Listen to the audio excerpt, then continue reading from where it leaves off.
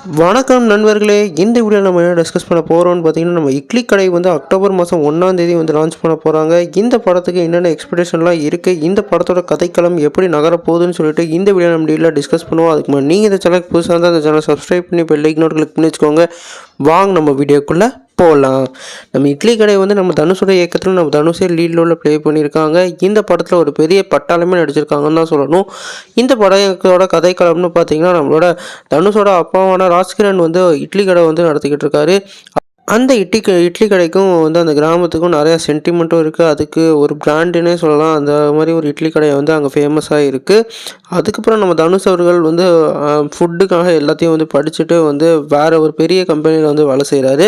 அதுக்கு அந்த பெரிய கம்பெனியில் வந்து அவருக்கு ஏற்படுற அந்த போட்டி பொறாமை இதெல்லாம் வச்சு வந்து திருப்பி நம்ம ஊருக்கு நம்ம தான் வந்து இந்த கடையை வந்து நடத்தணும், நம்ம இந்த பாரம்பரியத்தை விடக்கூடாதுன்னு சொல்லிட்டு நம்மளோட அப்பாவோட கனவான அந்த இட்லி கடையை திருப்பி இவர் நடத்துகிறாரு. இதில் வந்து ஈகோ கிளாஸான நம்ம அருண் விஜய்க்கும் இவருக்கும் வந்து ஃபைட் ஏற்படுது. இதுக்கப்புறம் எப்படி கதை நகருது தான் படத்தோட கதையாக இருக்க போகுது.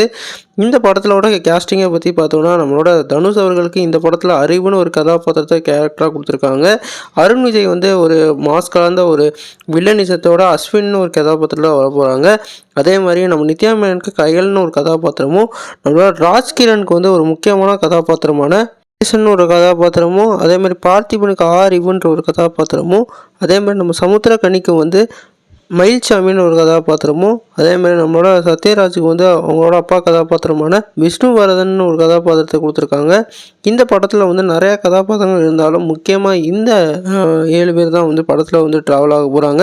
குறிப்பாக நம்ம தனுஷ்க்கும் அருண் விஜய்க்கும் ஆனால் ஈகோ கிளாஸை வச்சு ஒரு சென்டிமெண்ட் கலந்த ஒரு படமாக வந்து இந்த படத்தை எடுத்துக்கிட்டு இருக்கிறதா சொல்லியிருக்காங்க. நாளை மறுநாள் இந்த படம் வந்து ரிலீஸ் ஆக போகுது. உங்களுக்கு என்ன தோணுதுன்னு கமெண்ட் பண்ணுங்கள்.